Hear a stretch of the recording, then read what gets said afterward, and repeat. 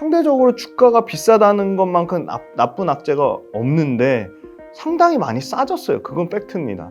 그러면 사람들의 기대값이 많이 낮아져 있으니까 이게 가파른 반등이 나오면 주가는 당연히 구조적으로 좋아질 수밖에 없겠죠. 그런데 저는 계속 말씀드리는 게 그걸 좀 제일 좋게 말씀드렸는데 가장 큰 리스크 요인이었던 거는 딱 하나입니다.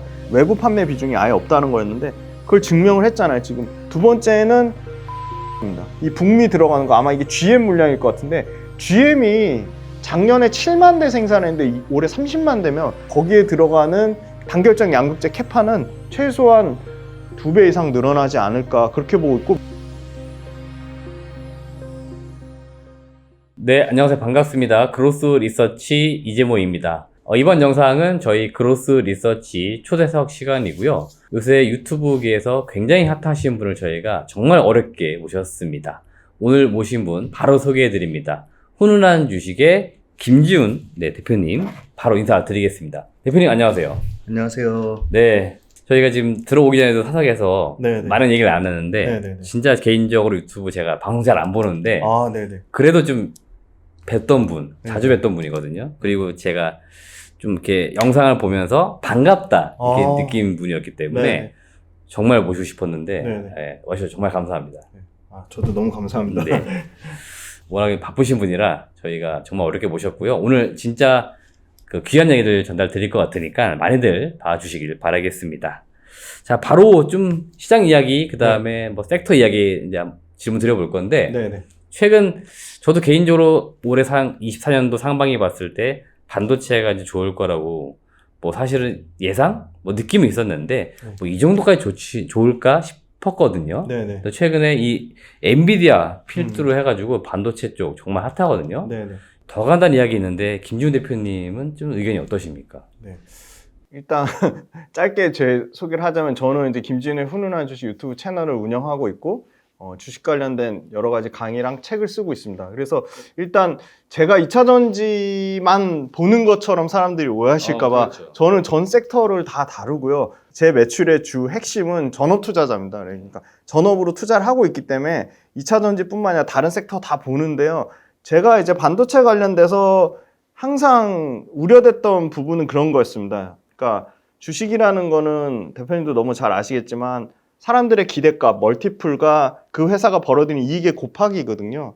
그러면 사람들의 기대값만 높아서는 절대 주식이 더 올라갈 수가 없고 사람들이 생각하는 기대값과 그 회사가 벌어들인 이익이 같이 올라와야지 주가가 가는 거거든요. 근데 반도체 섹터는 사람들의 기대값은 AI란 그다음에 HBM이라는 고대형 메모리 반도체에 대한 기대감이 엄청나게 컸는데 그거에 대해 숫자가 따라오지 않았기 때문에 제가 좀 퀘스천 마크를 달았던 거고요. 2차 전지로 워낙 좋다고 말씀드렸던 이유는 딱 한 가지였습니다. 사람들의 기대값 대비, 그러니까 뭐 에코프로나 에코프로비움이나 포스코 퓨처엠이 올라오기 전부터 말씀드렸던 이유는 2차 전지가 회사가 벌어들인 이익은 막 연간 50%씩 성장하는데 사람들의 기대값이 낮았던 거죠. 근데 엔비디아 주가 역시도 마찬가지로 보는데 폭등했던 이유가 아직까지도 쉽게 말하면 지금 이제 1년치 포워드 PER로 기준으로 치면 30배가 채 안 됩니다. 왜냐면 엔비디아 과거의 평균 PER 보시면 60배가 넘었거든요. 근데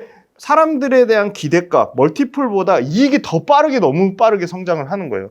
엔비디아는 원래 게임에 들어가는 이제 그래픽 카드로 엄청 이제 핫하고 게임 외에 뭐 비트코인에 비트코인 채굴하는 데 쓰는 그래픽 카드로 굉장히 떴었는데 지금은 이제 기존 캐시카우이 게임이라든지 자동차라든지 비트코인에 들어가는 걸 완전히 뛰어넘는 AI 서버형, 데이터 센터형 매출이 연간 100%씩 폭증하기 때문에 실적도 잘 나왔고 사람들의 기대값을 뛰어넘는 수준의 이익 상승이 나왔기 때문에 주가가 계속 올라온 거고요. 그래서 지금 현 주가 포워드 PER 기준으로 30배 미만이니까 여전히 목표가 뭐 $1,000 이상 계속 나오는 이유는 엔비디아의 과거의 평균 PER 값 약 60배 정도를 봐도 대략 $1,100 이상이 나오기 때문에 여전히 저평가돼 있다고 보는데 그러려면 엔비디아의 그 소위 말하는 그 5천만 원 가까이 되는 이 엔비디아의 AI형 칩이 계속 잘 팔려야 되잖아요. 그러면 제일 중요한 거는 철저하게 수요와 공급인데 다행인 거는 첫 번째는 공급이 여전히 딸린다는 거예요. 그러니까 엔비디아를 만들어주는 엔비디아용 GPU를 만들어주는 TSMC의 그 코어스 패키징, 그 최첨단 어드밴스드 패키징 자체가 지금 물량이 딸리는 거죠. 왜냐하면 TSMC는 원래 엔비디아보다 애플이 주력 고객사거든요.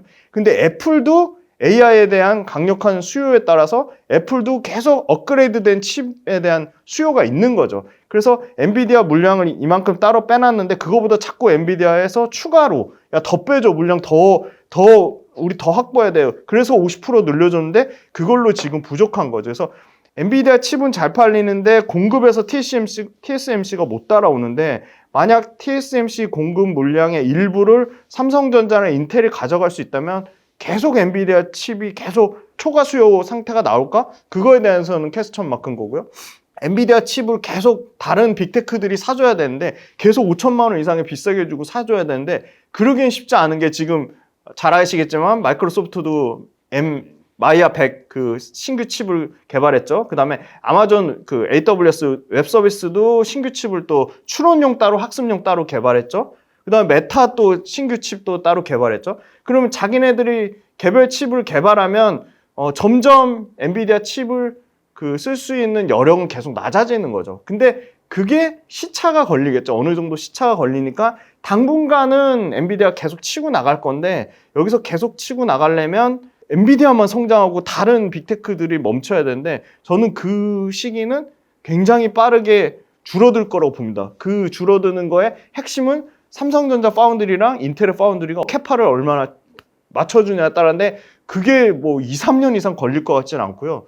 지금 오늘도 보니까 삼성전자 HBM3E 이제 하이닉스에 계속 지금 뒤진 상태로 하니까 삼성전자 입장에서 지금 완전히 똥줄 상태이기 때문에 그거는 엔비디아가 계속 치고 가려면은 저는 1년 최소 1년에서 최대 맥시멈 1년 6개월 안에는 이거는 줄어들 거라고 봅니다. 격차는. 격차는 줄어든다. 네네.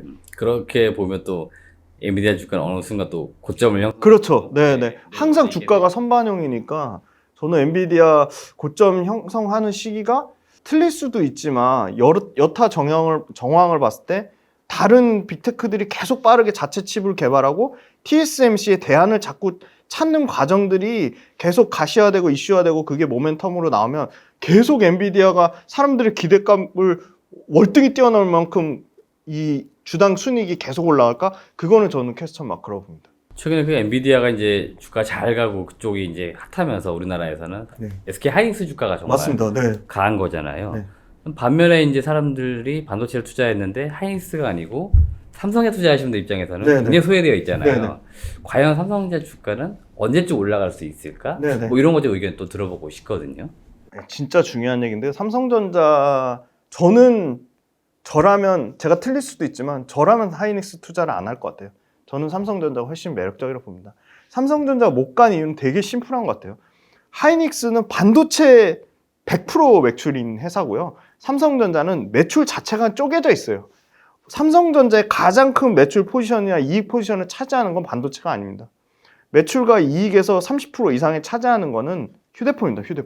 휴대폰이 잘 돼야지 휴대폰에 딸린 반도체도 잘 되는 건데 휴대폰이 굉장히 부진한데 다만 아주 긍정적인 거는 세계 최초로 AI 폰 지금 냈잖아요. 갤럭시 S24. 24가 생각보다 지금 잘 팔릴 가능성이 매우 높고 예약도 지금 초과 상황에 나오고 있고 그리고 삼성전자에 무시하지 못할 부분이 물론 하이닉스도 파운드리가 있지만 월등히 삼성전자 파운드리가 TSMC에 이어서 2등이잖아요. 근데 삼성전자의 파운드리가 상당히 저는 과소평가되어 있다고 봅니다. 물론 점유율 격차가 더 벌어졌어요. TSMC가 지금 거의 70% 육박, 75% 육박하고 삼성전자는 30%까지 갔다가 지금 18%까지 내려왔는데 저는 충분히 벌크업 할 수 있다고 보는 이유는 딱 하나입니다. 아까 말씀드린 TSMC 그 코어 스캐파가 그 엔비디아 빨로 100% 집중할 수가 없고요. 계속 고객사들의 불만은 쌓일 겁니다. 납기 맞추기 어렵죠. 엔비디아가 계속 가격 비싸게 받죠. 그래서 저는 충분히 삼성전자 파운드리에 기회가 있다고 보는데 문제는 당분간은 이미 하이닉스의 그 부사장이 와서 밝혔지 우리는 이미 올해 거 다 팔고 내년 거 지금 계획하고 있어요. 할 정도로 단기적인 시세는 하이닉스가 좋겠지만 삼성전자가 기회가 있다는 거는 첫 번째는 삼성전자는 상대적으로 반도체 포지션이 100%가 아니라는 점. 그거는 또 다르게 얘기하면 하이닉스 뭐 6%, 7% 박살날 때 삼성전자 그만큼 하방 경직성이 단단하다는 거고요. 두 번째는 삼성전자의 그 파운드리, TSMC에 이은 글로벌 2위 파운드리 능력을 무시하지 말자. 그래서 삼성전자 파운드리가 최근에 일본 AI 그 1등 업체 조인을 맺었고요. 그 다음에 헬스케어 쪽이랑 또 칩 관련된 생산 파운드리 관련돼서 또 맺었고, 그리고 아마 이제 그 엔비디아 칩을 갖다 못 쓰는 지금 뭐 마이크로소프트라든지 구글이라든지 아마존이라든지 상당히 삼성전자 파운드리 관심이 있는 걸로 알고 있습니다. 그리고 삼성전자 관련돼서는 메모리 쪽 포지션이 높은데, 물론 이런 얘기도 굉장히 신빙성 있게 제가 최근에 들었던 얘기는 그 메모리 반도체, 그러니까 AI용을 빼고 보자. AI용 뺐을 때 메모리 반도체 그 하이닉스하고 점유율 격차가 굉장히 많이 줄었거든요.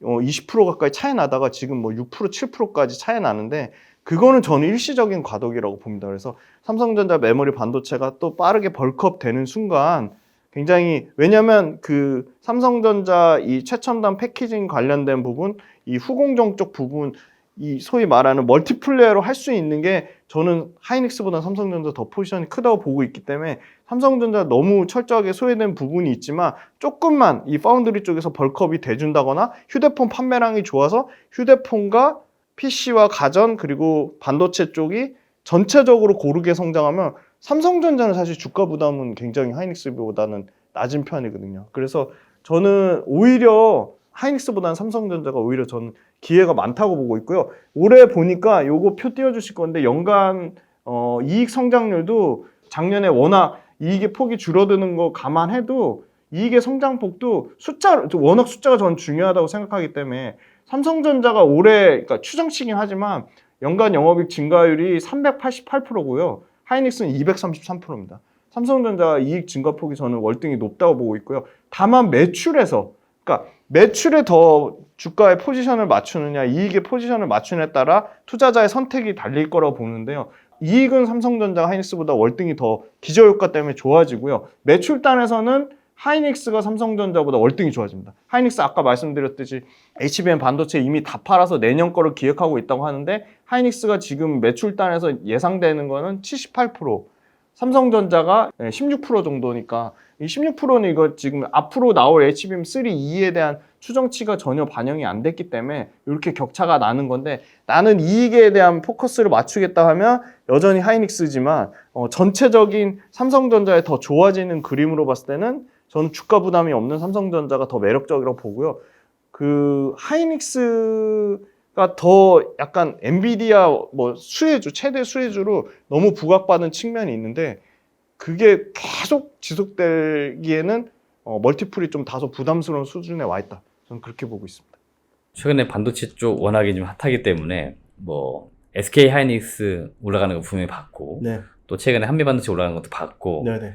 그러면 추가적으로 반도체 쪽에서 좀 살만한 기업들이 없냐, 뭐 이렇게 문의하시는 분들 많잖아요. 맞습니다. 지금 시점에서 반도체 쪽에서 아직 이 종목들은 좀 못 갔다, 그런 종목들이 있으면 좀 어떤 기업들이 있을까요? 네. 굉장히 제일 중요한 질문 같은데요. 하이닉스 외에 반도체에 주목할 기업은 저는 상당히 많다고 보는데요. 일단 제일 중요한 숫자, 아까 주식의 핵심은 회사가 벌어들인 이익이 가장 중요하고요. 그 이익에 대한 사람들의 기대값을 곱한 겁니다. 그래서 회사가 벌어들인 이익이 앞으로 증가할 거라고 예상되는 게 역시 매출하고 영업이익이 제일 핵심인데요. 요 그 표 띄워주실 건데, 한미반도체가 올해 사실 앞으로 늘어날 매출 증가율로 치면 가장 높습니다. 그런데 올해 매출 증가율만 중요한 게 아니라 작년의 기저효과도 중요합니다. 한미반도체 190%나 매출이 증가로 보실 게 아니라 작년에 55% 이상 매출이 줄었기 때문에 그것까지 감안하면, 이것도 개인차가 있겠지만 저는 되도록이면, 물론 주시장이 대표님도 잘 아시겠지만 제일 좋아하는 거는 작년보다 갑자기 월등히 실적이 좋아지는 실적 턴어라운드를 좋아하지만, 안정적으로 꾸준히 투자하시려면 월등히 실적 좋아지는 것보다는 작년에 힘들었어도 23년도에 역성장 안 하고 24년도도 성장하는 그림이 훨씬 중장기적으로 롱런에서 투자하기엔 더 좋다고 보는데, 보니까 작년에 그 역성장 안 했던 기업들을 추려봤더니 굉장히 적습니다. 일단 HPSP가 작년에 역성장을 안 했고요. 매출단에서 12% 정도 성장을 했고요. 그 다음에 작년에 역성장 안 한 게 이수페타시스가 역성장을 안 했습니다. 그 다음에 역성장 안 한 종목이 가온칩스, 최근에 역시 신고가 영역인데 가온칩스, 디자인하우스도 역성장을 안 했고요. 후공정 쪽에 두산 테스나가 역성장을 안 했습니다. 그리고 칩셋미디어가 디자인하우스 역시 역성장 안 했고요. 에이징랜드가 역성장을 안 했습니다. 요 정도예요, 매출단에서는. 근데 이 회사 중에 올해 또 가파르게 성장하는 데가 역시나 HPSP. 수소 어닐링 공정장비 쪽에 뭐 절대 강자라고 할 수 있죠. HPSP. 그 다음에 올해 또 역시나 20% 이상 매출 성장하는 데가 이수페타시스. 예. 그 다음에 역시 가온칩스도 올해 매출단에서는 역시나 20% 가까이 성장 나올 것으로 예상하고 있고요. 두산 테스나 마찬가지입니다. 두산 테스나도 꾸준히 연평균 20%씩 매출 성장하는 회사고, 아까 말씀드린 것 중에 누락된 부분이 칩셋미디어랑 에이징랜드입니다. 칩셋미디어, 에이징랜드 다 디자인하우스 쪽인데 이런 회사들이 있는데, 그럼 이 중에 어디를 봐야 되냐? 저는 상대적으로 너무 한미반도체만 부각이 된 것 같아요. 그래서 한미반도체랑 같이 갈 수 있는 회사가 뭔가 했더니 저는 이수페타시스라고 보거든요. 왜냐면 이수페타시스 지금 주가 충분히 부담스러운 수준이에요. 왜냐면 단기간에 이수페타시스도 작년에 400% 넘는 상승이 나왔거든요. 그럼 이렇게 봐야 되는 거죠. 주식은 상대적인 비교가 너무 중요한데, 그럼 이 한미반도체랑 이수페타시스 둘 다 HBM 수혜주고 둘 다 엔비디아 납품하거든요. 근데 한미반도체가 하는 거는 엄청 기술 진입 장벽이 있는 것처럼 이수페타시스는 그 MLB 기판? 그거 블루오션 아니야? 이렇게 많이 깎아내리는데 전혀 그런 게 아니라 MLB 기판도 ML 기판에 통신에 들어가는 게 있고 AI 데이터 센터에 들어가는 게 있고 뭐 자동차용에 들어가는 게 있고 다양한 그 리소스가 있는 거죠. 근데 리소스 중에 이수페타시스는 가장 고부 가치를 합니다. 가장 고부 가치를 하고, 너무나 다행인 거는 이 이수페타시스가 하는 기판 쪽, MLB 기판 쪽에 아주 잘하는 글로벌 플레이어들이 일본의 뭐 교세라라든지 떨어져 나갔고요. 알아서 떨어져 나갔고요. 한국의 LG이노텍, 대덕전자, 심텍은 FCBGA 쪽으로 다 넘어갔거든요. 그래서 그 MLB 기판 쪽에 블루오션이라고 깎아내리기에는 이수페타시스가 다 먹는 구조예요. 그걸 절대 무시하시면 안 되고, 그냥 심플하게 엔비디아에 들어가는 매출이 연간 350억, 700억, 내년에 지금 대략 한 1200억에서 1500억 정도 예상하거든요. 그냥 매출이 연간 50%씩 성장하는 구조고요. 엔비디아가 끝이 아니고 엔비디아 레퍼런스를 가지니까 야, 마이크로소프트가 우리도 기판 줘봐, 아마존이 우리도 줘봐, 메타 우리 줘봐, 이렇게 해가지고 북미의 소위 말하는 빅테크, 빅세븐, 테슬라 뺀 나머지는 다 이수페타시스 MLB 기판을 쓰려고 하고 있고 이미 쓰고 있습니다. 그래서 이수페타시스의 장점은 이수페타시스가 하는 MLB 기판 쪽의 경쟁사가 미국의 넘버원 TTM이라는 회사가 있고 대만의 WS가 있는데, 대만의 WS는 또 사람들이 2차 전지만 미중무역 분쟁 얘기하시는데 반도체 쪽도 엄청나게 미중무역 분쟁에 수혜줍니다. 그래서 이 대만의 WS의 점유율은 계속 낮아지고요. 이 미국 TTM은 뭐 넘사벽 1등인데 TTM은 가격도 안 맞춰줘, 납기도 까다롭게 굴어, 오히려 슈퍼 을지를 하는 거죠. 그래서 상당 부분 틈새 시장을 이수페타시스가 가져가고 있고, 심지어 MLB 기판에 3위까지 올라왔고요. 2등이 대만의 WS인데 거의 2등이랑 거의 그 시장 침투율 자체가 거의 차이가 안 날 정도로 계속 빅테크의 주문이 늘어나면서 레퍼런스가 계속 쌓이고 있고요. 그리고 이수페타시스가 최근에 공장 증설을 했습니다. 그게 7월 달에 완공이 되는데 7월 달에 신규 공장 증설에서 늘어나는 매출 캐파만 대략 1,500억이 매출에 애드되는 효과가 있습니다. 그러면 당연히 매출이 한 단계 레벨업 되는 수준이고요. 세 번째는 이수페타시스가 그러면 북미의 빅테크의 AI 그 반도체 쪽만 하냐? 굉장히 안정적인 캐시카우인 통신 네트워크가 있습니다.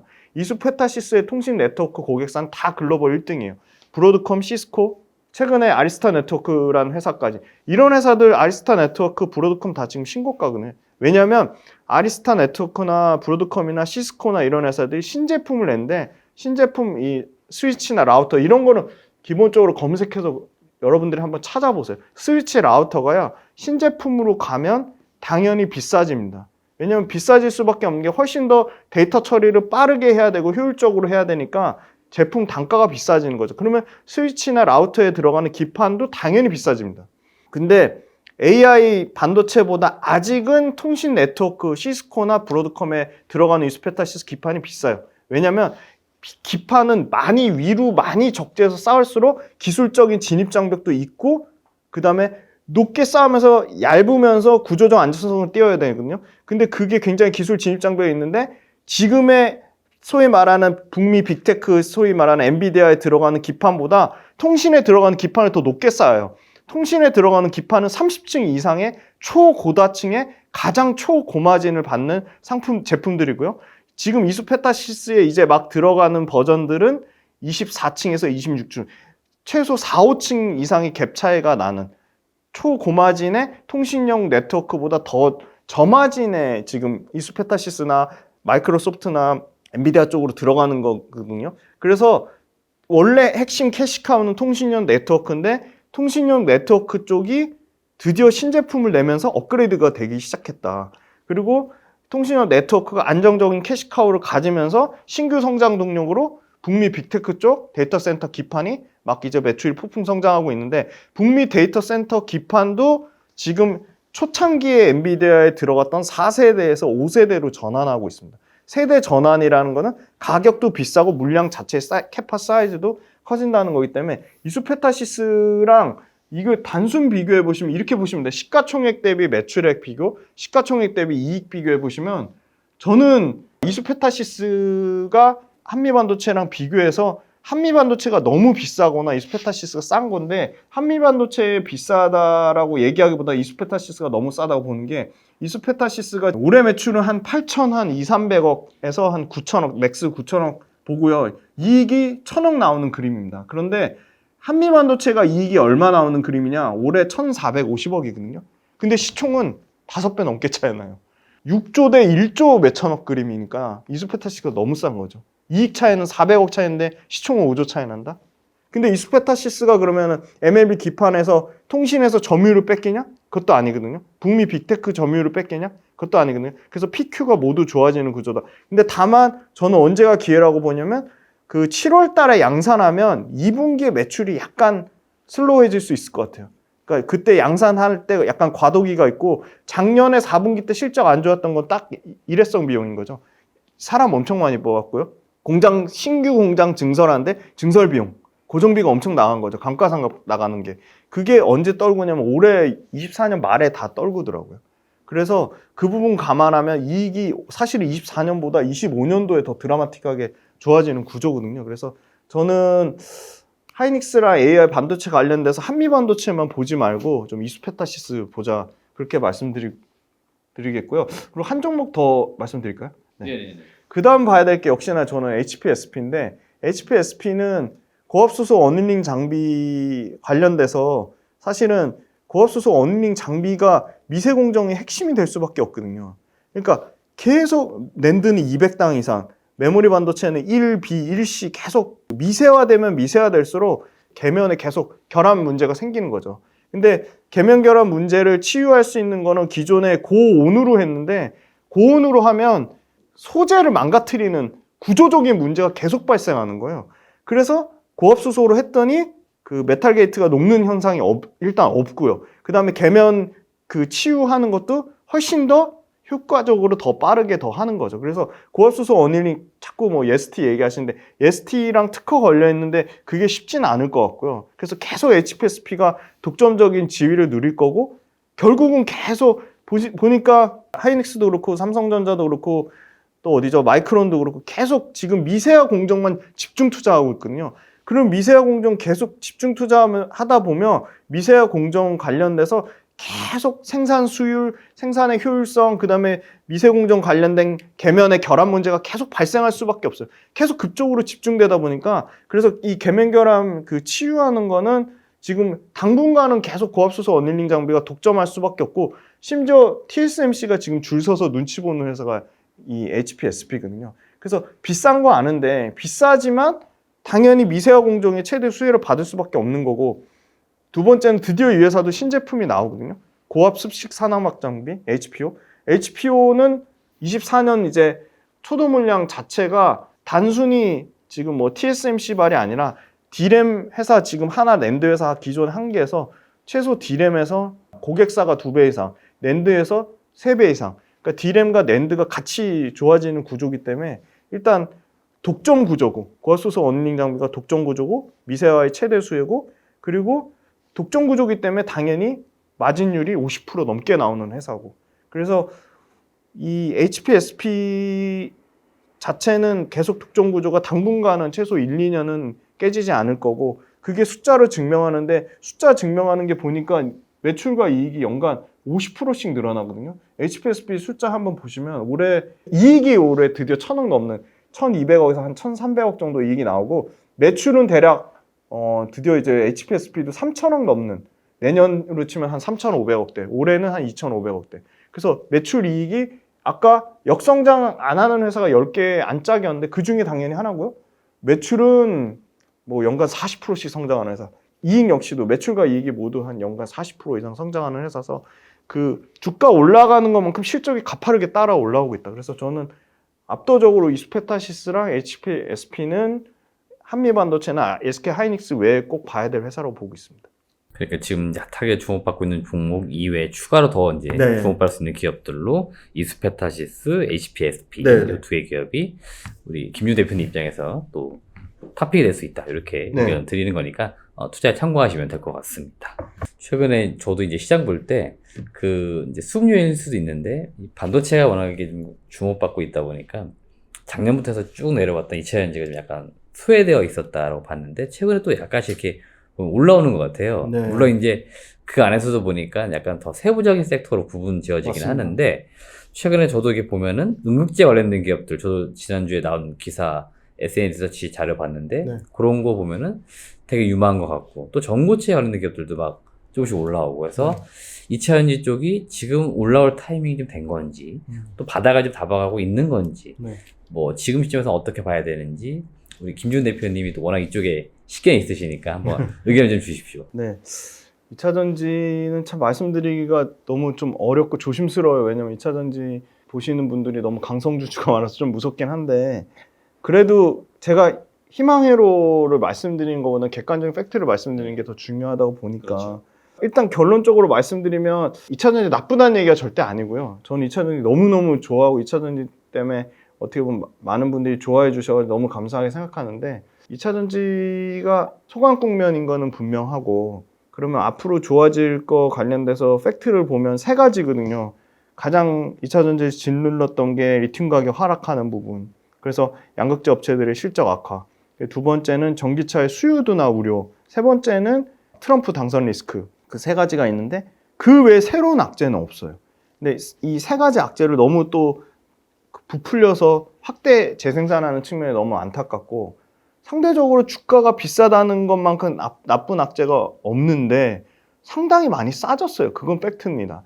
그러면 사람들의 기대값이 많이 낮아져 있으니까, 그러면 기대값 낮아진 것만큼 이익에 가파른 반등이 나오면 주가는 당연히 구조적으로 좋아질 수밖에 없겠죠. 그런데 안타깝게도 일부 업체를 제외하고는 2차전지 업체들의 이익에 대한 그 추정치가 아직까지는 회복하려면 시간이 걸린다고 보고 있습니다. 그래서 저는 2차전지가 나쁘다기보다는 시간이 걸릴 건데, 가장 중요한 게 첫 번째가 리튬인데, 리튬에서는 그 리튬을 엄청나게 대량 생산하는 중국의 저가 탄산리튬 재련업체, 가공업체의 생산 원가 코스트 수준까지 가격이 빠졌기 때문에 여기서 더 만들면 만들수록 그들한테는 손해거든요.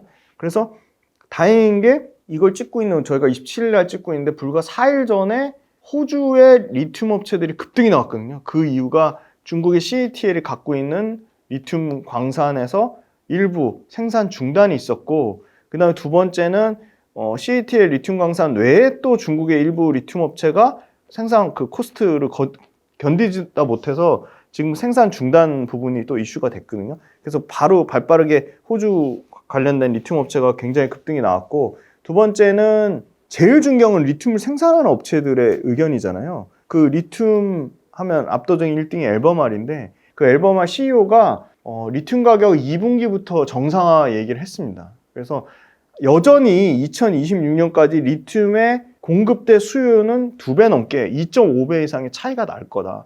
리튬도 일종의 과도기적인 현상을 겪고 있다. 그런 측면을 밝혔고, 그리고 리튬 관련돼서 맥쿼리 증권사에서 얘기한 게 뭐냐면 2026년까지 과도기 겪는 중에 중국의 저가 탄산 리튬 업체들이 상당 부분 정리가 될 거다. 예. 그래서 생산이 줄면 수요가 엄청나게 가파르게 늘어나지 않더라도 가격이 탄력적으로 오를 수 있는 상황이 되는 거죠. 그리고 두 번째는 LFP도 리튬이 들어가거든요. LFP는 리튬을 안 쓰는 것처럼 얘기하시는데 LFP에 대한 수요가 엄청나게 늘어나면 똑같이 리튬이 늘어날 수밖에 없습니다. 예. 수산화 리튬은 당연히 이제 하이니켈 양극재에 쓰이는 거지만 LFP, 우리 지금 LFP 지금 LG엔솔에서 땡겨서 양산하겠다는 거잖아요. 김동명 사장이 밝혔잖아요. 8월 달에, 올해 24년 8월 달에 우리 LFP 양산하겠다 했으면 당연히 그 수요는 뭘 보시면 되냐면 LG엔솔이 북미에 짓는 캐파, 삼성 SDI가 북미에 짓는 캐파, 유럽에 짓는 캐파, SK온이 북미나 유럽에 짓는 캐파 보시면 되는데 딱 하나 우려됐던 게 제일 우려는 삼성 SDI는요. 지금 굉장히 나름 공격적으로 증설하고 있고요. 잘 아시겠지만 SK온은 공격적으로 증설 안 할 것처럼 그래서 막 되게 몸살이고 했지만 다행히 그 최재원 부회장님 사면됐죠. 그 이슈가 있었고 두 번째는 SK온이 약간 포드가 지금 안 팔리는 것 같으니까 잽싸게 현대차 물량으로 돌렸거든요. 아주 발빠르게 잘 했다고 보고 현대차는 지금 26년까지 전기차 가이던스가 200만 대 줄이지 않았거든요. 그래서 여전히 캐파가 견조하다. 그 캐파 물량 주는 거 보시면 그건 다 고객사하고 약속이기 때문에 장기 3년, 5년, 10년 롱텀이기 때문에 저는 리튬 가격 하락세에 대한 거는 어느 정도 1분기 지나서 2분기 안으로는 진정 국면이 나오지 않겠냐 그거 보고 있고 두 번째 수요 둔화 우려는 고객사들 캐파 보면 되는데 캐파 관련돼서 다행히 삼성 SDI랑 LG엔솔이랑 SK온 캐파가 크게 드라마틱하게 준 부분은 없다. 그리고 테슬라 관련돼서 테슬라 이제 자꾸 가격 갖고 장난치니까 테슬라가 안 팔리면 마치 우리 2차 전지 회사들이 되게 힘든 것처럼 그렇게 생각이 드신 분들이 많은데 테슬라 줄어드는 만큼 GM이 가져가거나 스텔란티스가 가져가거나 BMW가 가져가거나 볼보가 가져가거나 현대기아차가 가져갑니다. 네, 폭스바겐도 있고요. 그러면 테슬라 물량 줄어드는 거에 대해서 우리가 배터리 납품 못하는 데는 딱 BYD밖에 없거든요. 나머지 글로벌 1등부터 10등 사이 9개는 전부 LG엔솔 배터리를 씁니다. 그래서 그거에 대한 우려는 전 너무 과도하다고 보고 있고요. 두 번째는 캐파 관련돼서 중요한 포인트가 배터리 가격의 그리드 페리티 구간입니다. 우리 기존의 과거에 이제 기초 석탄 석유화학 발전이랑 신재생 에너지의 가격 발전 단가가 비슷해지는 거에 대해서 그 굉장히 많이 화제가 됐고 그 그리드 페리티 가격이 오는 순간 신재생이 급등했거든요. 잘 찾아보시면 있습니다. 그때 막 이제 OCI 막 급등하고 그죠? 태양광 쪽에 풍력 쪽에 뭐 이제 CS 윈드 같은 회사들 급력하고 그게 이제 그리드 페리티가 화제가 되는 구간인데 미국을 예를 들어 보시면 북미 이제 전기차 평균 가격이 이제 테슬라도 저가 이제 하이랜드 모델 나오면 5만 불 밑으로 떨어지고요. 5만 불 밑으로 떨어지면 미국에서 파는 물론 고가 차종 다 포함입니다. 평균 때려보면 미국에 파는 휘발유차 가격이 대략 4만 8천 불입니다. 그러면 이 5만 불에서 배터리 가격이 킬로와트 시당 175까지 비쌌는데 이게 작년 기준으로 130까지 떨어졌고 지금 100까지 낮추려고 하거든요. 그럼 100까지 떨어지면 전기차 가격이 5만 불에서 4만 불 후반까지 내려오게 됩니다. 그러면 휘발유차하고 동일한 가격대가 오는 거죠. 근데 여기에 전제돼야 될 거는 테슬라가 하도 가격 갖고 장난질 쳐놓으니까 테슬라 기존에 갖고 있는 사람들 우리만 해도 휘발유차 갖고 있는 분들 중고차 가격도 생각하잖아요. 중고차가 완전 똥값이 된 거예요. 그러니까 중고차 가격 생각하면 전기차 자체의 신차의 매력적인 모델도 없었지만 전기차가 갖고 있는 감가상각이 너무 큰 거예요. 그러니까 그런 거 감안하면 너무 그 부정적인 요소가 많았는데 이제 그 테슬라가 함부로 가격 못 낮추고 가격이 조금만 정상화돼서 중고차에서도 적당한 가격을 받고 두 번째는 그 테슬라 제외한 스텔란티스만 해도 올해하고 내년에 8종에서 15종의 신차가 나옵니다. 아주 매력적인 신차가 쏟아져 나오는 거죠. 물론 BMW, 볼보 마찬가지 다 마찬가지고요. 그래서 현대기아차 마찬가지고요. 매력적인 신차도 쏟아져 나오는데 적정 중고차 가격을 보장받고요. 그다음에 두 번째는 미국에서 과거에 보조금 주는 방식을 바꿔서 완전 바꿔서 차를 사는 즉시 보조금을 줍니다. 그러면 그 차를 사는 즉시 보조금을 주면 중고차 가격 떨어지는 거에 대략 10에서 15%를 방어하는 효과가 있습니다. 그러면 이제 매력적인 전기차도 나오고 중고차도 더 이상 안 빠지고 유지비는 말도 못하게 싸거든요. 제가 요새 택시 타면은 전부 얘기하시는 게 너무 만족도가 높아요. 그러니까 1년이면 차 산 거에 휘발유차랑 비교도 안 될 정도로 본전을 뽑고도 남는 거죠. 근데 제가 가장 우려하는 부분은 우리가 주력으로 하는 북미나 유럽은 전기세가 너무 비싼 거죠. 저는 그걸 간과하지 못해서 너무 공급 측면만 말씀드린 거는 2차 전지 관련돼서 아주 중요한 리스크인데 소비자의 선택 문제 말씀 못 드린 부분은 너무 진심으로 죄송하다고 말씀드리는데 소비자의 선택을 더 합리적으로 미국이나 유럽에서 받으려면 전기세가 떨어지거나 휘발유 값이 올라야 되잖아요. 근데 지금 휘발유가 어느 상황이냐면 그 여러 가지 그 지정학적 이슈 때문에 휘발유 가격이 여기서 더 떨어지긴 어려울 상황이라고 보는 게 휘발유도 철저하게 수요와 공급에 의해서 움직이는데 공급이 그렇게 급속도로 늘어나지 않고 있습니다. 대표적으로 휘발유 정유회사들의 정제 마진이 과거에 작년 4분기에 4불 막 이랬으면 지금 15불까지 올랐어요. 2.3배 가까이 올랐거든요. 그 말은 휘발유 시장도 이 정유 시장도 급속도로 지금 회복 국면에 있다. 물론 시간은 더 지켜봐야겠지만 그 말은 휘발유차가 점점 비싸진다. 휘발유의 유지비가 비싸진다. 그럼 상대적으로 전기차는 계속 매력도가 부각될 수밖에 없는 거죠. 그리고 전기차 관련돼서 미국도 그렇고요. 유럽도 그렇고 굉장한 원전 강국입니다. 그래서 원전이 커지면 전기세 급격하게 낮출 수 있다고 봅니다. 그래서 원전 같이 커지면 북미하고 유럽에서 이 전기세 비싼 문제도 상당 부분 좀 해결이 되지 않을까. 그래서 막 캐즘 얘기 많이 하는데 일종의 과도기지 올해 확실히 성장률이 둔화되긴 하는데 그 와중에 차별화된 전기차 완성차의 밸류체인별로 봐야 된다고 보고 있습니다.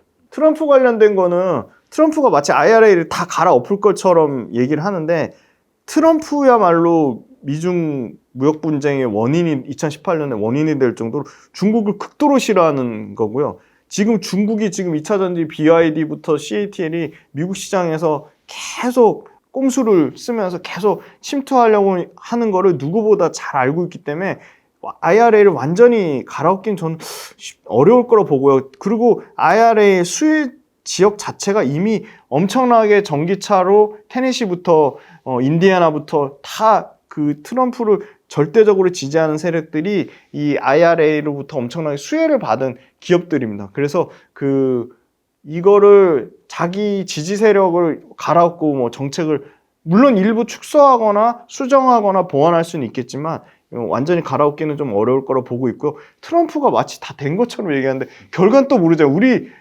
트럼프 전에 당연히 힐러리가 우리 될 줄 알았는데 힐러리 안 됐잖아요. 그건 까봐야 되는 겁니다. 네. 그래서 너무 마치 트럼프가 당선자인 것처럼 그렇게 얘기하는 것도 저는 맞지 않다고 보고 있습니다.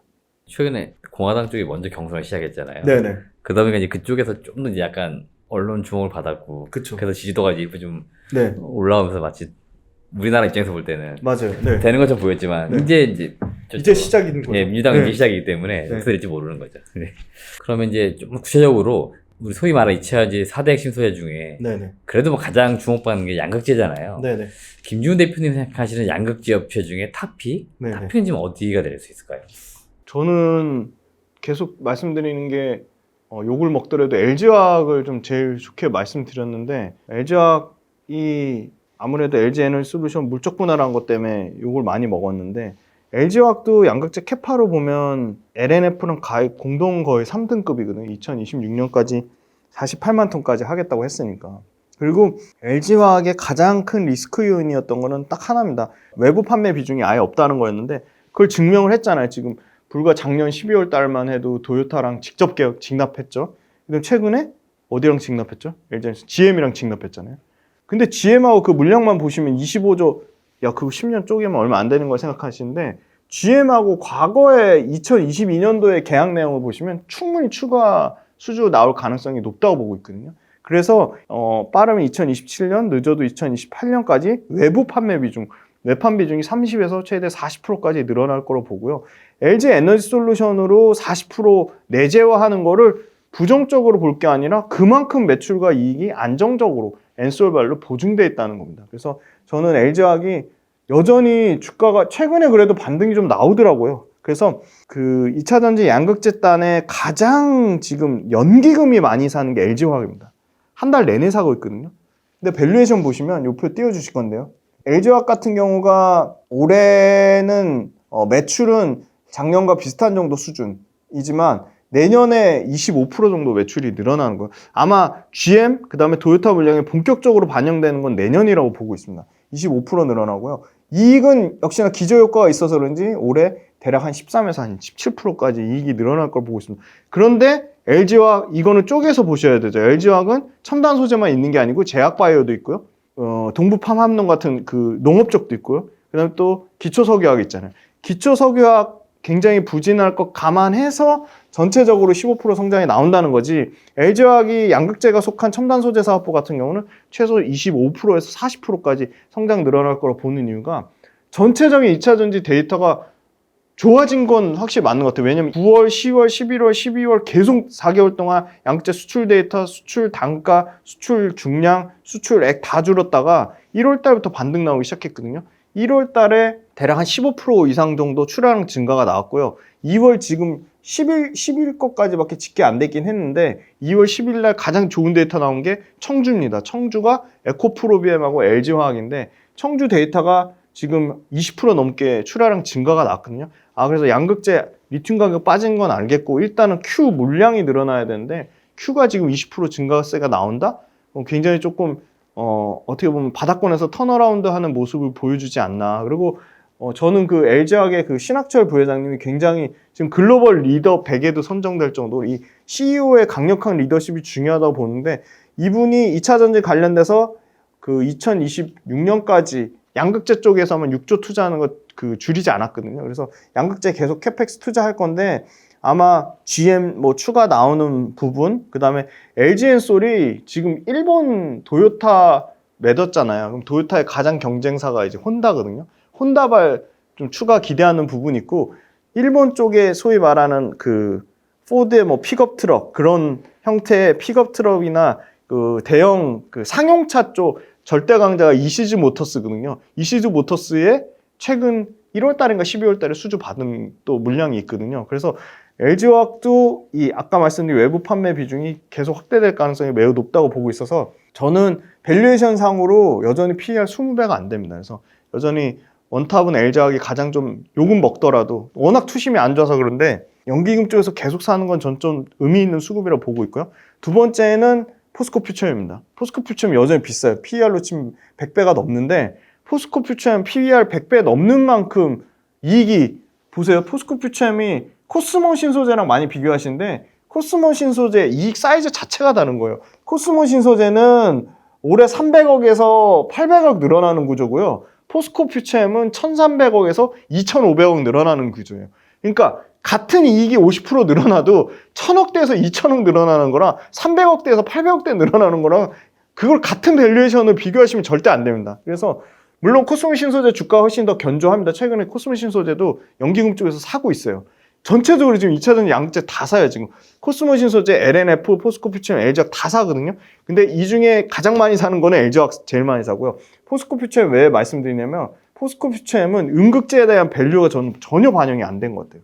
포스코 퓨처엠 음극재 다 합니다. 인조의견, 천연의견, 실리콘 음극재 다 해요. 실리콘 음극재는 포스코 실리콘 솔루션을 통해서 하고요. 그 다음에 포스코 퓨처엠은 음극재 관련돼서 자체 기술력을 갖고 있잖아요. 근데 자체 기술력을 갖고 있는데 양극재, 음극재 둘 다 하는 회사는 포스코 퓨처엠밖에 없는데 음극재 관련돼서 연간 매출이 3,500억 그러면 연간으로 매출 성장만 음극재만 50%씩 성장하는 구조인데 음극재 지금 다 아시겠지만 천연의견, 인조의견 쓰는 이유는 싸서 쓰는 거거든요. 에너지 효율이나 밀도는 떨어지는데 근데 그걸 지금 중국이 싹쓸이 하고 있잖아요. 근데 중국산 음극재 쓰지 말라는 거거든요. 다 양극재하고 전해액하고 분리명만 생각하시는데 음극재도 중국산 탈중국이에요. 그러면 탈중국 할 수 있는 게 음극재는 지금 흑연 쪽 음극재는 포스코 퓨처엠 유일한 대안이거든요. 그래서 저는 포스코 퓨처엠 음극재를 절대 간과하지 말아야 될 게 3,500억에서 5,500, 8,000억, 1조 이렇게 가는 그림이다. 그래서 음극재에 대한 가치가 부각되어야 되고 탈중국 음극재 하면 더 포스코 퓨처엠 주목받을 수밖에 없고요. 포스코 퓨처엠이 진짜 잘한 게 최첨단 하이니켈 소위 말하는 니켈 구반반에서는 당연히 에코프로비엠하고 LNF 공동 1등입니다. 기술력으로는. 근데 포스코 퓨처엠이 이 단결정 양극재에는 가장 먼저 작년 5월 달에 양산했거든요. 그러니까 그거 양산하니까 뭐 수율 안 나오는 거냐 수율 안 나오는 거냐 그렇게 막 시장에 노이즈 만들었는데 그 김준영 사장님 직접 밝혔어요. 우리 수율 잡아가고 있고 거의 잡았다. 그래서 그 단결장 양극재가 작년 4분기 기준으로 매출이 41%까지 올라왔거든요. 그럼 단결장 양극재 하면 좋은 게 뭐냐면 당연히 고마진이고요. 에너지 밀도, 에너지 효율성 다 좋아지고요. 그 다음에 비쌉니다. 단결장 양극재가. 단가가 비싸니까 유리할 수밖에 없는 게 24년 기준으로 단결장 양극재 매출 포지션을 55%까지 늘리겠다고 했거든요.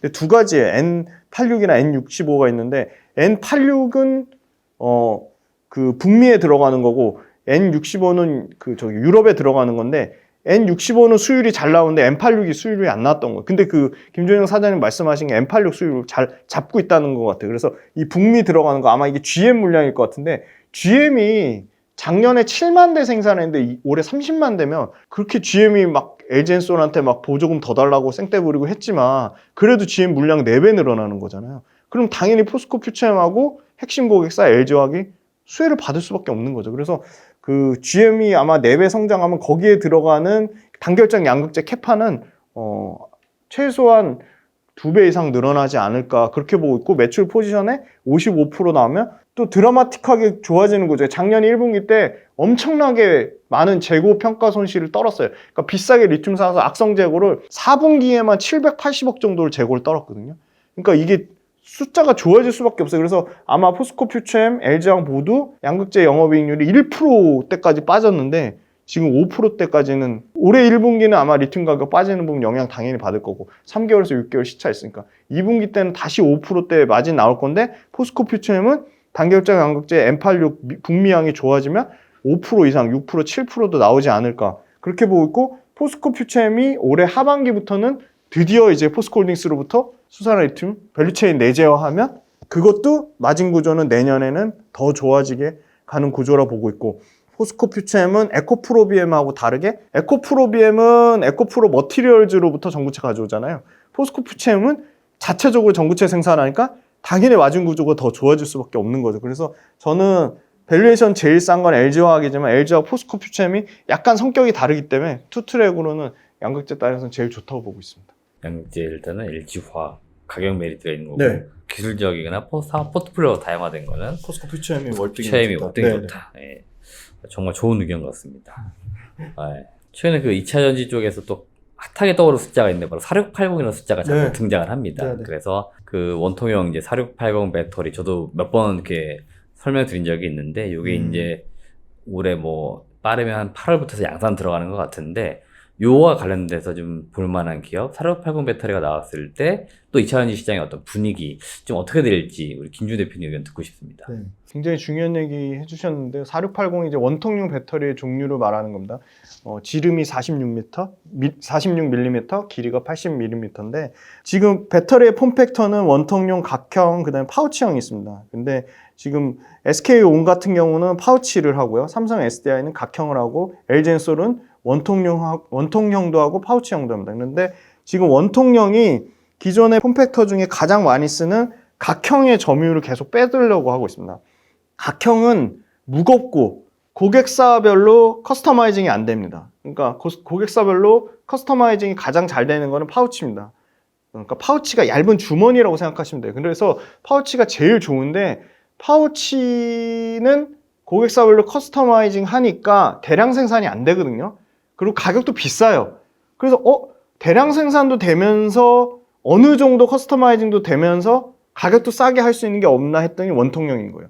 근데 원통형을 안 쓴 이유는 원통과 원통 사이에 빈 공간이 존재해요. 데드 스페이스라고 하는데 그 데드 스페이스가 에너지 밀도를 급격하게 떨어뜨리는 부분이 있었거든요. 그런데 그거를 이제 4680으로 가면서 기존의 2170 원통용 배터리보다 데드 스페이스를 급격하게 줄여서 에너지 밀도나 에너지 출력을 훨씬 높이는 그 기술적인 진보를 이루면서 상당히 원통용 배터리가 주목받기 시작했고 테슬라가 4680 배터리를 캐파를 다 못 쳐내고 불량품이 많이 생기니까 급하게 LG엔솔 보고 야 너네 빨리 양산해줘. 너네 기술 있잖아. 그래서 LG엔솔이 그래 우리가 8월 달에 해줄게 해서 그게 굉장히 화제가 된 거고 원통용 배터리를 LG엔솔이 올해 양산 8월 달에 양산 스타트 끊으면 삼성 SDI나 SK온이 가만히 있는 게 아니고 삼성 SDI 그래 우리는 내년에 할게 25년도에 양산할 거야. SK온도 뒤따라 26년, 우린 26년이면 양산할 수 있어. 그렇게 한 거고요. 그래서 원통형 배터리가 기하급수적으로 커지는 거고, 연평균 보시면 숫자는 50기가와트시 미만에서 25년도에 284, 30년에 951 기가와트시로 연평균 성장률이 42%가 됩니다. 엄청나게 폭증하고 있고요. 원통형 배터리를 테슬라만 쓰냐? 그건 전혀 아니고요. 테슬라가 이게 하겠다니까 BMW, 볼보, 뭐 혼다 다양한 완성차 업체들이 원통형 배터리 도입을 검토를 하고 있고요. 그 다음에 원통형 배터리가 앞으로 게임 체인저가 될 거라고 보는 게, 많은 완성차 업체들이 진입한 측면도 있지만 원통형 배터리가 각형 배터리보다 대량 생산이 용이하고 가격이 싸니까 앞으로 커질 수밖에 없는 상황인 거죠. 그래서 아직까지는 완성차 업체 중에, 전기차 완성차 업체 중에 가장 큰 영향력을 차지하는 테슬라가 굉장히 많은 부분을 원통형 배터리로 대체하겠다고 했기 때문에 원통형 배터리가 커진다고 보고 있고요. 원통형 배터리에 여러 가지 수혜주들이 있습니다. 그럼 그 수혜주 직접적으로 어디가 좀 있을까요? 네, 이 원통형 배터리에 들어가는 소위 말하는 이 니켈 도금 강판을 만드는 회사가 TCC 스틸이라는 회사가 있습니다. 최근에 좀 주가가 잠잠하더니 갑자기 이렇게 주가가 올랐어요. 그래서 또 이거 고점에서 또 추천하는 거, 이 방송은 대표님이나 저나 기업 분석하고 기업의 투자 아이디어를 공유하기 위함이지 절대 종목을 추천하거나 매수 매도를 권유하는 게 아니에요. 그렇게 생각하시는 분들은 영상을 안 보셨으면 좋겠고요. 그래서 저희는 이제 철저히 공부 차원으로 말씀드리는 건데, 이 TC 스틸이 하는 니켈 도금 강판은 독점이에요. 현재로서 독점 구조거든요. 그 니켈 도금 강판은 포스코로부터 블랙 플레이트라는 원자재를 떼오거든요. 근데 포스코의 블랙 플레이트를 원자재를 아무나 주진 않고요. TC 스틸이나 동국산업 정도만 줍니다. 그러니까 동국산업이 이제 소위 말하는 TC 스틸의 경쟁사가 되겠죠. 네, 글로벌로는 많아요. 일본에 뭐 NSC도 있고, 그 다음에 토요코안이라는 회사도 있고, 인도의 타타스틸이라는 데도 있고요. 굉장히 많은 경쟁사가 있는데 국내에는 유일하고요. 신규로 지금 들어오려고 하는 데가 동국산업하고 KG스틸입니다.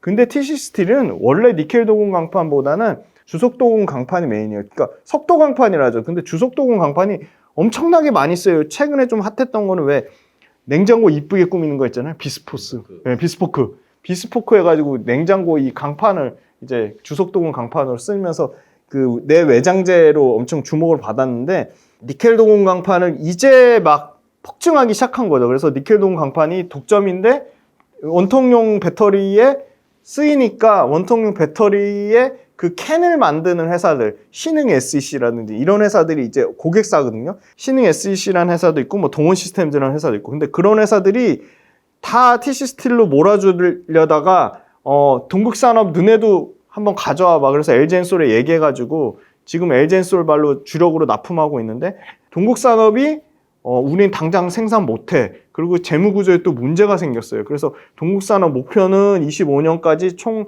13만 톤 하겠다고 했는데, 이 TC 스틸이라는 회사가 20년 만에 처음으로 1,105억을 들어서 신규 공장을 증설합니다. 그래서 신규 공장 증설한 캐파가 20만 톤이거든요. 그러면 20만 톤이 얼마나 큰 양이냐.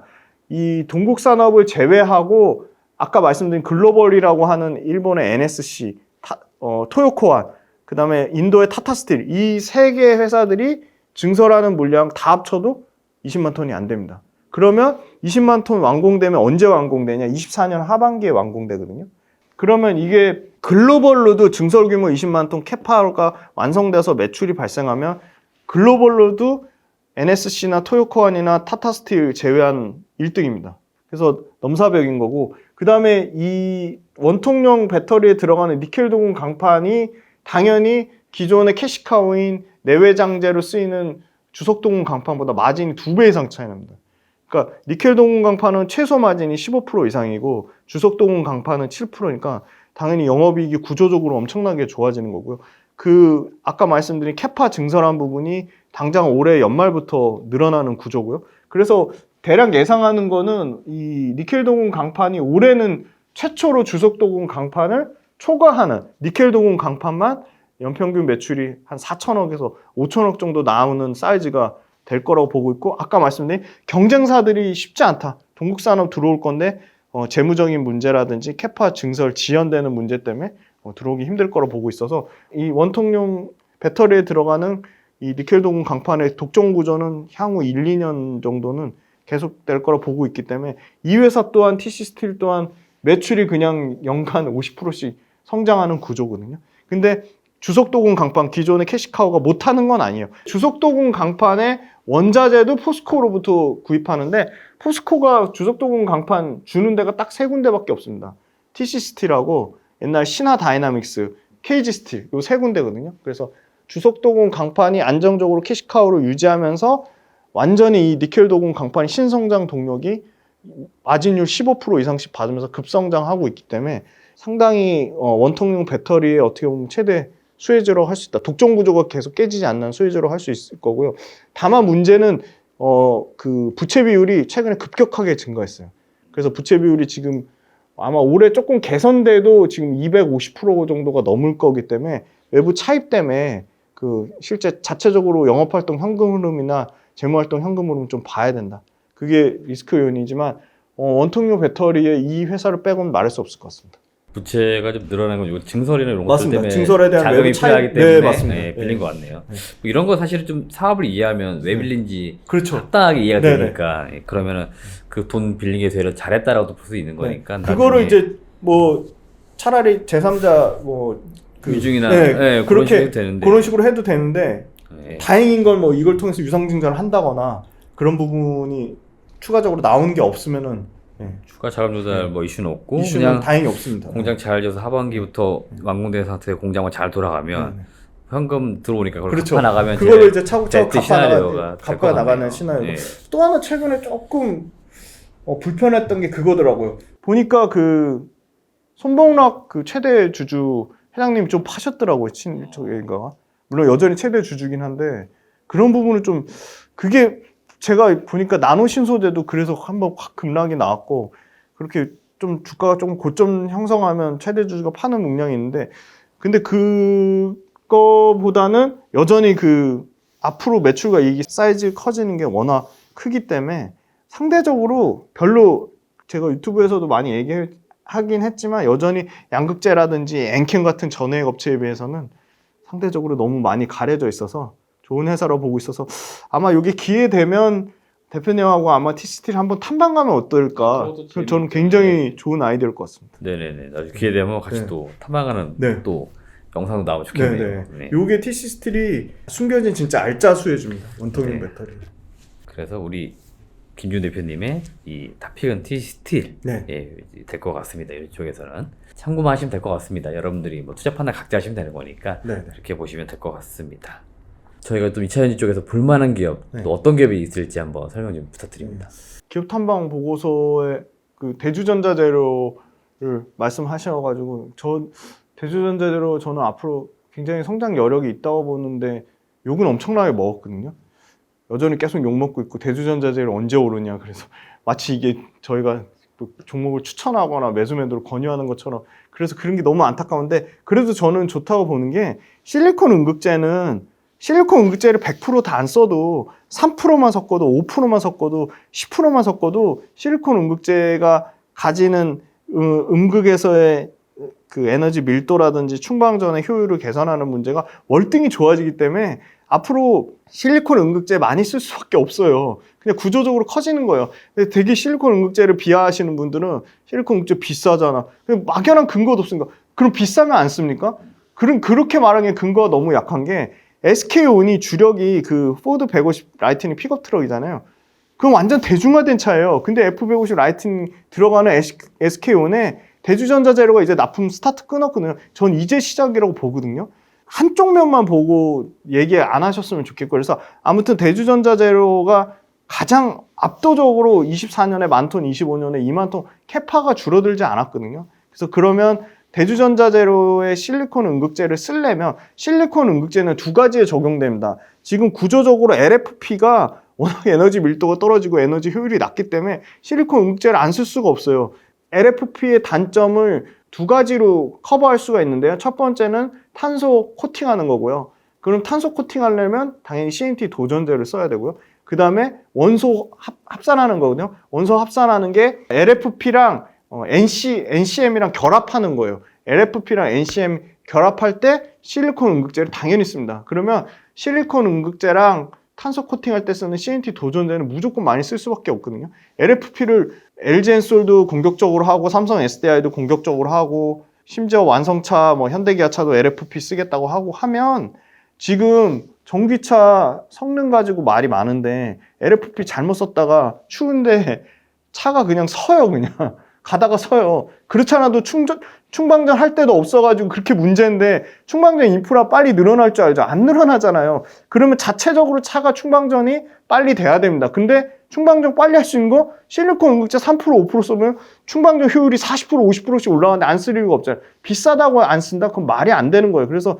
지금 저는 SK온에 납품한 게 굉장히 획기적인 어떤 전환이 있다고 보고 있기 때문에 실리콘 음극재 단에서는 압도적으로 대주전자 재료가 좋은데 대주전자 재료가 그냥 갈 수는 없고 실리콘 음극재가 충방전 할 때 부피 팽창하는 문제를 잡아줄 수 있는 CNT 도전제가 반드시 필요하고 CNT 도전제가 실리콘 음극재보다 조금 더 주가가 탄력성으로 갔던 이유는 그건 것 같아요. CNT 도전제는 양극에도 쓰고 음극에도 동시에 다 쓰거든요. 그래서 조금 더 활용성이 높다고 해서 저는 대주전자재로 나노신소재 둘 다 좋게 보지만 최근에는 조금 더 CNT 도전제가 좀 더 주목을 받는 것 같아요. 그래서 CNT 도전제가 나노신소재가 연간 매출이 이 회사도 역시나 50% 60% 커지는 회사거든요. 근데 다만 나노신소재는 CNT 도전제가 100%가 아니에요. 디스플레이 소재도 있고 여러 가지 태양광 소재도 있고 너무 이게 분산돼 있어요. 그래서 나노신소재의 주력인 그 나노사업부의 이 CNT 도전제가 전체 매출 대비 캐파가 50% 이상 되는 게 언제냐? 그게 올해 드디어 24년도 하반기부터는 전체 매출 캐파의 50% 이상 된다고 보고 있기 때문에 저는 나노신소재 그래도 최근에 주가가 11만 원 뭐 중후반 바닥 찍고 14만 원까지 올라오는 흐름을 봤을 때 좀 계속적으로 좋다고 보고 있고 아마 양극재가 못 간다고 음극재나 도전제가 못 간다? 물론 영향은 있겠지만 그건 너무 단편적인 논리라고 보고 있고요. 양극재 추첨하는 사이에 최근에 엔캠 날라간 것처럼 얼마든지 실리콘 음극재랑 CNT 도전제가 전 주목받을 수 있다고 보고 그래서 대주전자재료랑 나노신소재 요금 먹더라도 계속 앞으로 좀 좋아지는 그림이라고 보고 있습니다. 네, 오늘 정말 귀중한 시간 내주신 우리 김준 대표님에게 박수를 다시 한번 보내드리고 싶고요. 네, 여러분들이 영상이 정말 좋았다면 구독과 좋아요를 꼭 한 번씩 눌러주시고 우리 김준 대표님이 하시는 채널도 있습니다. 이 채널도 들어가셔가지고 꼭 많이 영상을 봐주시길 바라겠습니다. 오늘 나와주셔서 정말 감사합니다. 고맙습니다. 네, 감사합니다.